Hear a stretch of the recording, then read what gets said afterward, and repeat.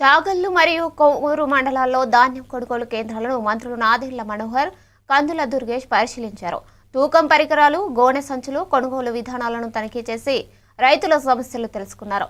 ధాన్యం సేకరణ అయిన వెంటనే వివరాలు ఆన్లైన్లో అప్లోడ్ చేస్తే అదే రోజు రైతుల ఖాతాల్లో నగదు జమ అవుతుందని మంత్రులు తెలిపారు. తేమ శాతం సమస్యలపై రైస్ మిల్లర్లకు సూచనలు ఇచ్చామని పేర్కొన్నారు.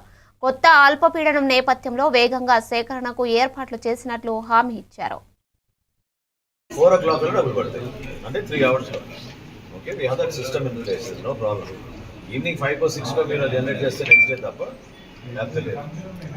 మీ అందరికి కూడా మళ్ళీ డబుల్ చెక్ చేస్తారు, వీళ్ళు IRS సర్వే చేపిస్తారు. సో మీరు పొరపాటు చేయబాకండి. రైతుకు మాత్రం ఎక్కడ అన్యాయం జరగకుండా చూసుకోండి. ఓకేనా? మిల్లర్ల గురించి ఆలోచించబాకండి. వాళ్ళకి కావాల్సిన డబ్బులు ఇచ్చాం మిల్లర్లకి. ఓకేనా? మీరు మిల్లర్లు ఫేవర్ చేయబాకండి, రైతుకు ఫేవర్ చేయండి. ఆ పొరపాటు చేయబాకండి. కొద్దిగా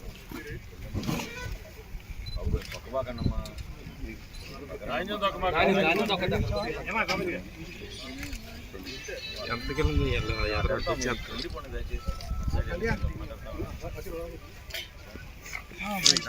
ఉద్దేశంతో ఉచితంగా టార్పాలిన్లు కూడా మేము రైతు సహాయ కేంద్రాల నుంచి మేము అందిస్తున్నాం. ఎక్కడికక్కడ రాసుల దగ్గరనే మా అధికారులు పర్యటిస్తున్నారు. అక్కడే నమోదు చేసుకుంటాం. కల్లాల దగ్గర మేము నమోదు చేసుకుంటాం.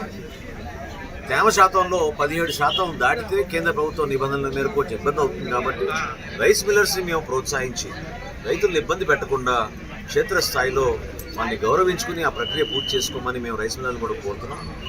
కొత్తగా ఏర్పడిన ఈ అల్పపీడనం వలన సమస్యలు ఏమైనా వస్తాయేమో అనే భావనతోటి రేక్ మూవ్మెంట్ కానివ్వండి, లారీ మూవ్మెంట్ కానీ పెంచాం.